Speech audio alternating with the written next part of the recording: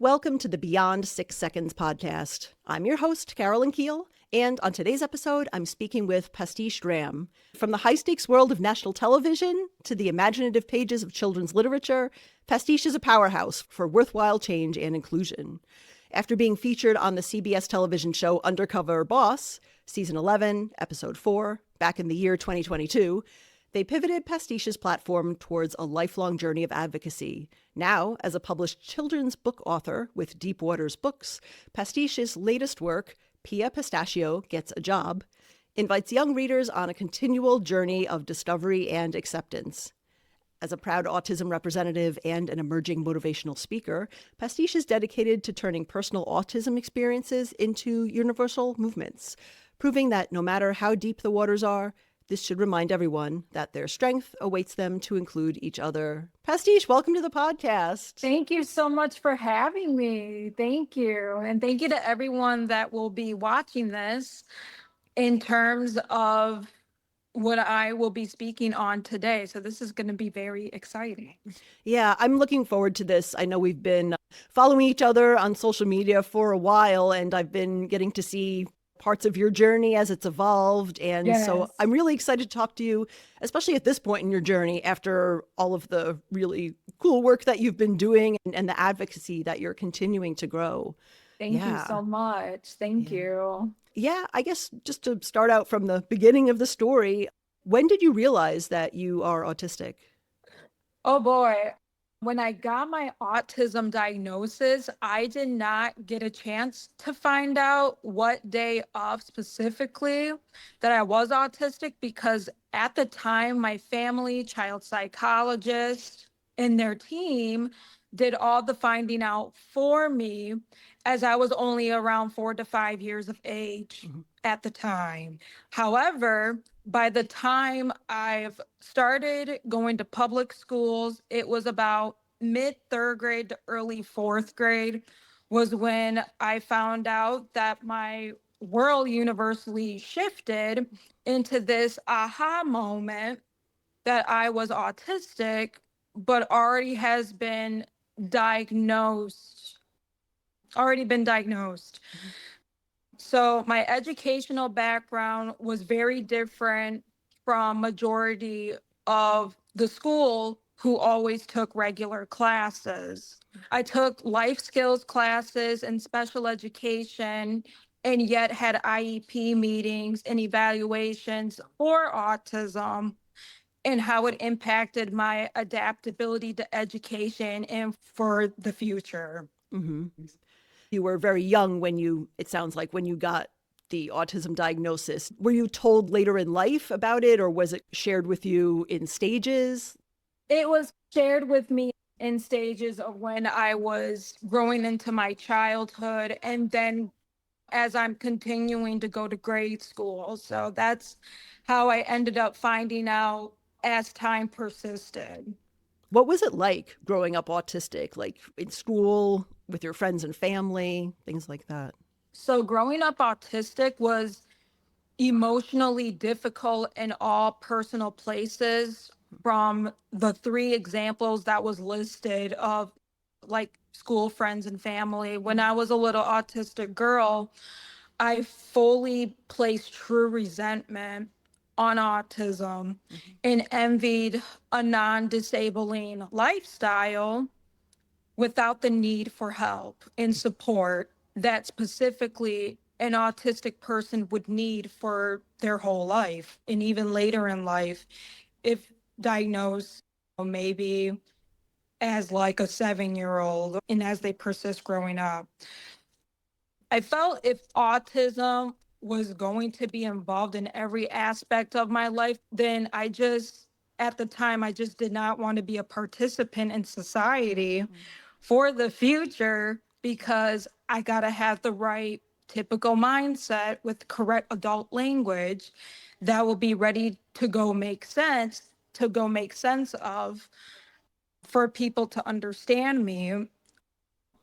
I got to make sure that my social performances and outcomes were down packed to look exactly like theirs. But most importantly, making this big world that we're in way too comfortable by suppressing the real autistic parts of me. Yeah. Yeah. So it sounded like you felt a lot of pressure to sometimes what we call mask or just, as you said, conform to Yes. like Yes. neurotypical like expectations. Yes. Yeah. Wow. So that seems pretty distant from where you are today as an autism advocate. What kind of shifted in between feeling that pressure growing up to really conform and mask a lot of your autism to being a proud advocate for autism?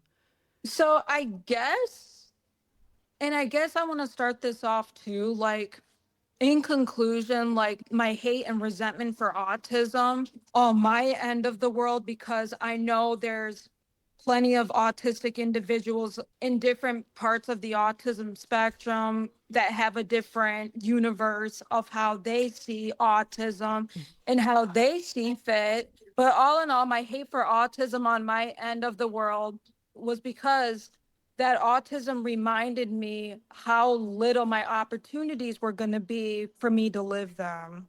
Okay. Yeah. So, with that context, if you feel like your opportunities are limited and that's the messages that you're getting, yeah, I can see why you would feel that way growing up. Yeah. As an adult, you've really done quite a lot in the stages of your journey for autism advocacy. You recently wrote a book, a children's book called Pia Pistachio Gets a Job. And I'd absolutely love to learn more about that. Of course, yeah. I did create a children's storybook called Pia Pistachio Gets a Job, and it's about a little autistic girl who dreams of employment at her favorite popcorn store. And she ends up finding a better understanding that an autistic person does belong in the big business. What I got inspired by was my 2022 segment that I guest starred in on the CBS TV show Undercover Boss. At the time, when it aired on national television, not only my segment viewed my upcoming storybook and the way I showcased what the future could look like with an employed autistic person running a large business, but I also got to rewrite autism representation for girls and women who don't get spotlighted when making autism awareness. And that's what made me wrote Pia Pistachio. That's really cool. The representation touches on a lot of different things. One is autistic people in the workplace and what that looks like, because I think Absolutely. probably a lot of people have certain ideas in their head about where autistic people can work and what types of jobs autistic people can have. This is really great to see this representation of someone working at a place that they love and how they fit into that and how their skills help with the employment there. And then, of course, the representation of autistic girls and women in books. We need more of that everywhere in media. So that's really exciting too. Absolutely. Yes. Thank you so much. Yeah, Yes. yeah. This is something that inspired the book that you just wrote. You had an appearance on Undercover Boss. And I remember watching your segment when it first came out a couple of years ago in 2022. And I really enjoyed seeing your performance on there and your experience. I would love to learn more about your appearance on Undercover Boss. Like, how did you get selected to be featured on the show? Like, how does that work? Oh man, it's so interesting. So yes, being able to go from watching Undercover Boss at home with family to Mhm. actually getting on set to star as myself on that show was very unexpected, but worthwhile. But it was just such a worthwhile experience. It was honestly beautiful to be part of that. And as far as from what I can remember, the camera crew and everyone involved to create the episode never told me I was going to be on a well known television show until after an undercover boss that I've trained on set revealed herself to me as the CEO of Rita's Italian Ice. Wow. I got selected based off of who would fit the reality of the episode. And I was only prepared in my mind thinking it was going to be a news segment, like a piece for a news segment. And so I just went with it. I went with the whole game plan and did the show. Wow.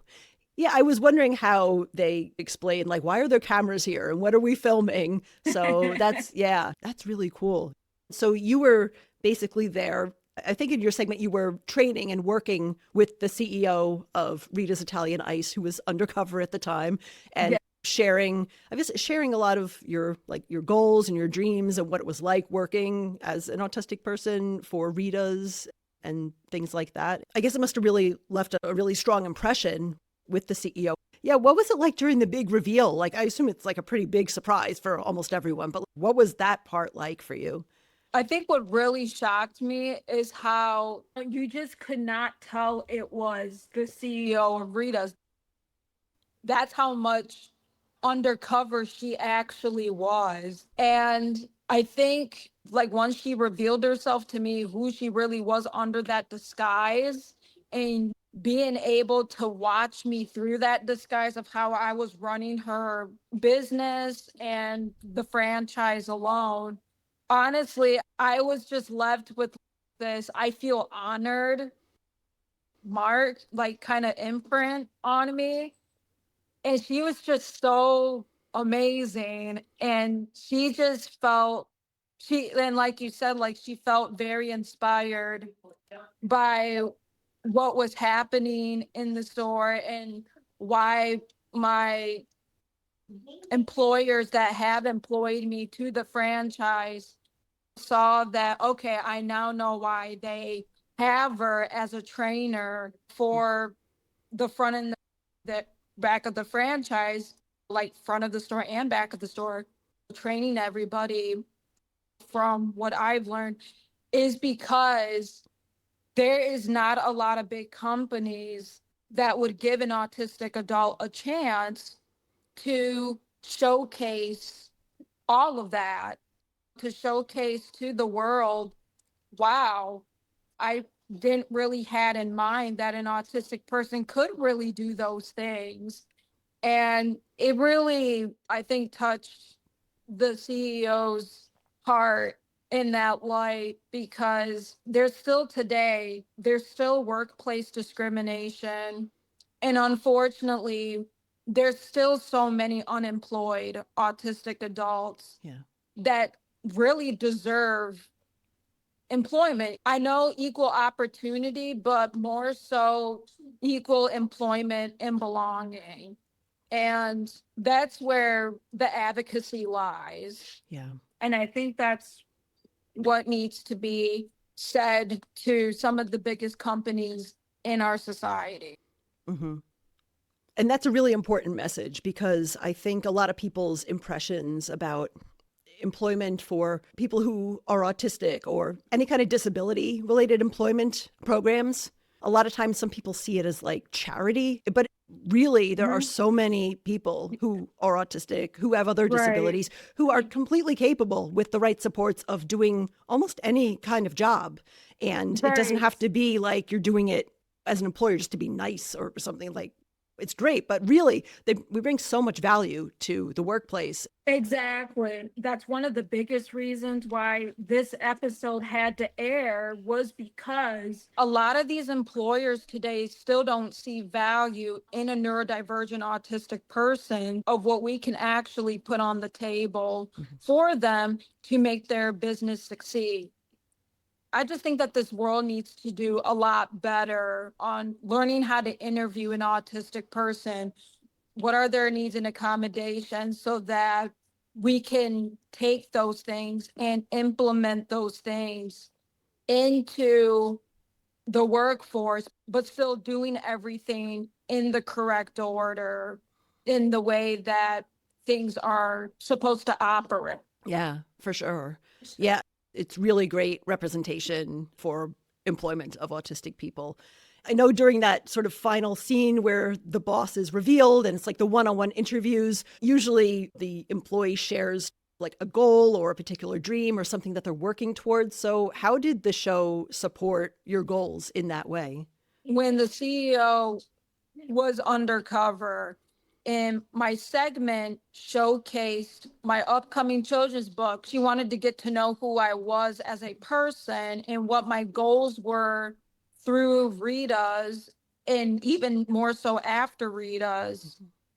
I think that's where she started to get soaked up and into this inspiration. I was getting soaked up by the inspiration that I was doing. Yeah. And I think that's how she ended up funding everything for me to pursue what I'm doing now.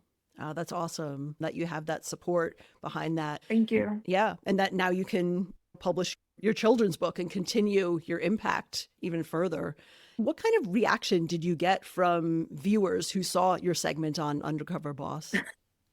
Yeah, so I am very glad to say that everybody who's watched gave it an A+, and they thought that was by far the best Undercover Boss episode that they have seen in a while. That it was one of the most prominent and yet most laser focused episode that they've seen in their entire televised watched premiere. A lot of them were very impacted by how I was again representing unemployed neurodivergent adults on the autism spectrum.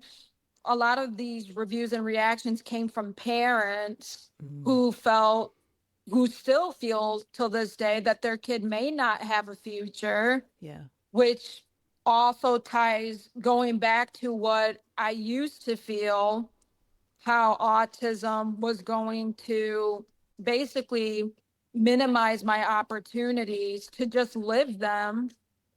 And parents just had a lot of hope right after. And it's just amazing how one segment can change a whole life.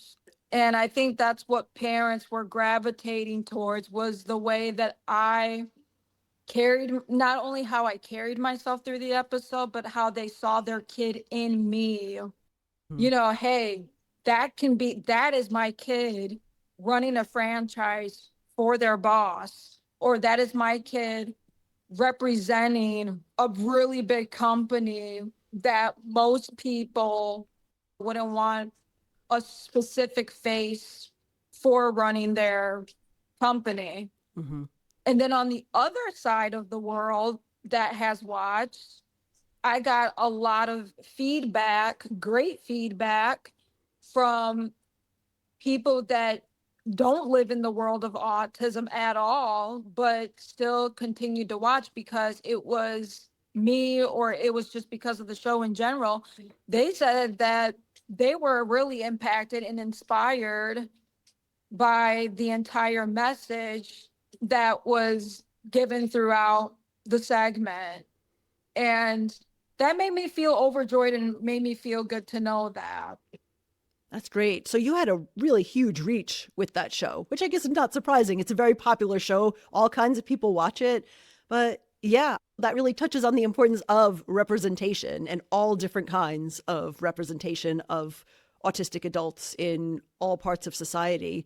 Because as you said, when you started out, you felt really discouraged as a child, thinking that autism was going to limit almost all of your opportunities as an adult. And then now as an adult, you've clearly proven that wrong, and you're helping to show that there are many possibilities for people with autism. So I can I can understand why parents would see that and then maybe see parts of their children in you, and just see one more example of, oh, my autistic child or relative can be employed and they can use their strengths. It just seems so obvious to say, but it's so critical for people to see that and to help break down some of those stereotypes and assumptions about autistic people.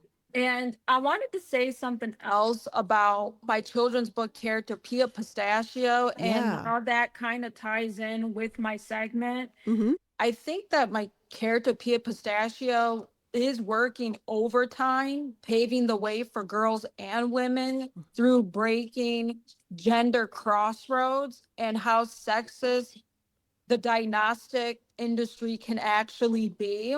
I feel like autism has always been major male focused, that it's just super rare hearing about autism traits being focused on girls and women. Even when autism traits in general can be showing both areas of a person, there's still autism traits that happen way more often in girls and women that aren't spotted at all versus boys and men. Yeah. And I think Pia Pistachio will also scream to psychologists and researchers that it's time to do better and get girls diagnosed so they can go on with their life knowing that I can actually thrive in the real world, whether that's employment, school, just anything, and actually have that validation for themselves that we are believed and we do exist. And we can showcase to everybody that we are leaders and we can do this. We can do a task at a job. We can do something in college. We can go pursue what we want to go pursue without being knocked down. And I feel like with my segment on Undercover Boss, that's what it all ties into. So I think everything just combined, everything is just binded into one. And I think at this point, it's up to me to rewrite the narrative, which that is the goal. Yeah, absolutely. Throughout most of recent history, a lot of the research and a lot of the representation of autism has been very male focused. And it's only really recently that we're starting to see more women and girls, one, being diagnosed more often correctly, and two, in representation in media. But still, if you think of just like autistic characters in the media, you're probably going to think of a lot of male characters too. Absolutely, Yeah. because you don't see, and that's so true because, again, I think as you said earlier, you don't really see autistic girls being the main character. You don't Yeah. really see that. And again, it goes back to sexism and it goes back to how the industry, the entire diagnostic industry has worked and is somewhat still working, but maybe I don't know what their thoughts are now, but I just know that still to this day, autism is still male focused, and it's rarely you just hear about an autistic daughter or an autistic girl or an autistic woman being spotted for their traits or being showcased for their traits. So that's why even after Undercover Boss, like I had to rewatch my segment with all of my previous illustrations that were once going to be my illustrations. Now that it's Pia Pistachio, now that's a different story. But the way Pia Pistachio actually came about was from rewatching that segment of mine over and over, where all the illustrations were laid out. And honestly, I did not feel good in my stomach for some reason. And it was because I was so like in this understanding the way society has always preached. Oh, this is what autism shows in my son, and this is what autism is. But people are saying this is what autism is only from a male perspective and not what can autism be in both boys and girls. And so and honestly, that was my fault. I will say it is my fault for showcasing in my mind. Like, I still didn't know, but I should have known that there are autistic girls that were still not and still don't get enough awareness. So I do apologize to the girls and women on my end because I just put in an autistic character that usually gets talked about furthermore than a character that was a girl and ended up being a secondary main character, but that should be a main character, as the world doesn't really read much about autistic girls. And so that's why I took a couple years off and remade the whole story from scratch and decided to really reevaluate the story and take the secondary main character, which again was the girl, because having autism in a boy as the main character, this is what everybody's going to pick up a book on autism about. And I just decided to reevaluate my reality and what just happened on Undercover Boss. I just decided to take my segment and reevaluate the whole story and decided to create Pia Pistachio, because I had to question myself what I was going to publish. And I had to question myself, Pastiche, is this the right thing to do? Do you know that there is already 10,000 of children's storybooks on autism with the boy as the main character already? Oh. And then I had to get on Google and look up all these children's books on autism. And it does turn out that the boy is the main character of every autism story. Mm-hmm. And so that's why I had to deconstruct my whole story that was televised on Undercover Boss and take that story and reconstruct it into a story that actually came from within experience, but also rewrite the narrative. And that's why I did what I did. Wow. Okay, so if I understand correctly, your original idea for the story featured a male autistic As the as the main main character, character. and then the Oh, okay. girl as the secondary main Mm-hmm. character. And that's where I felt something in my gut told me this isn't right. You didn't make a story from experience, and that's why I had to take 2 years off and deconstruct the whole thing and just reconstruct the entire story from scratch. What can your main character in your story represent from an authentic place? And that's where Pia Pistachio had to become about, because every single children's book has a boy or a male as the main character.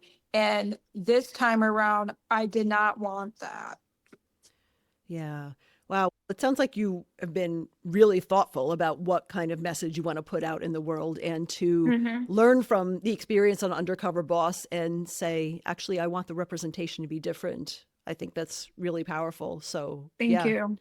that's really cool. And I have to say that there's so much pressure when you are creating something like this for characters that don't get a lot of representation, because there isn't a lot of representation. It's hard to feel like you're getting every single thing right, because you Yes. can't fall back on all of the other examples that are out there. Right. It's just these few ones. What goals do you have for your book, whether it's in terms of what you want people to learn from it or how you want people to feel, who should read it, anything like that? Oh my goodness. Yes. So my biggest goal for my book, but I should say my first book, Mm-hmm. is to bring a rewritten autism representation into big working successful companies and have stigma about autism going into a very big breakup, because it's important at this point to challenge employers and anyone who still stigmatizes autism to hire and let them know they do belong and are believed. Mm-hmm. And I want my rewritten narrative to become reality. Mm-hmm. That's really cool. And to show that example of an autistic person working in the workplace, I know some people tend to think of special programs that hire autistic people for certain things. And those are great. And they actually absolutely have a purpose.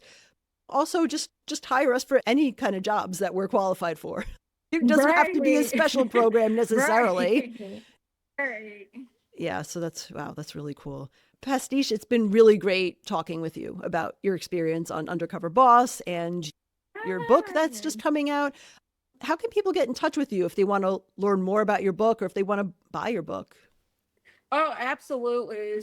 Pia Pistachio and I want you to keep sparkling in any place of the world. If you want to be in touch with me or if you want to get more updates about my next Pia Pistachio book, which, by the way, that is in the works, just follow me on any social media platform on Instagram, Facebook, TikTok, Threads, and wherever else you can find me. If you would like to email me about your autism experiences, or if you have a friend or a mom, dad, just anybody who could be autistic and you're suspecting that they could be, but you don't know, or if you just want to be in touch with me for emotional support, I'm able to be there. I'm able to email you when I can, and I'm available to respond to any questions, even if they may be a little difficult. I may just shorten it, but give some motivational boost to you, and hopefully that part of my advice will help. But yes, feel free to get in touch with me if you would like, and we'll be more in touch about this soon. So I'm excited. That's awesome. Yeah, that's very generous of you to open yourself up to be someone for people to talk to. Because I think, yeah, a lot of people really need that. So that's definitely much appreciated. I will put links to your social media in the show notes of this podcast when it comes out. Is I should say, your first book now, Pia Pistachio Gets a Job, is that something that people can go purchase now? Absolutely. So if you loved this podcast today and you think that my children's book, Pia Pistachio Gets a Job, is actually a good fit for your kid, whether your child's a girl or a boy or brother, sister, or this book could just be for someone to learn about autism. It's available online at Amazon, Barnes and Noble, Books a Million, Walmart, and wherever books are sold. But now you can go up a little plot twist with Barnes and Noble. Now you're able to go up to your local Barnes and Noble and place a special order of my book, Pia Pistachio Gets a Job, in person. Mm-hmm. So you are now free to go do that if you would rather not purchase from Amazon. Okay, very cool. Yeah, Yeah. that's great. And you don't even have to go online. I guess you can go to Barnes and Noble and put that request in and they'll get it for you and you can buy it Yep, there. absolutely. I really hope that Pia Pistachio does break stereotypes, but also begins to pave a way for women and girls, which I believe in my soul that she is going to do just that. Yeah, that's awesome. Yeah, congratulations on your Thank first you so book. much. And Thank you so much. yeah, the representation is great. And I'm excited to hear that there's another Pia Pistachio book in the works. So thank you, Pastiche. It's been really great talking with you today. So thanks for being on my show. Thank you so much.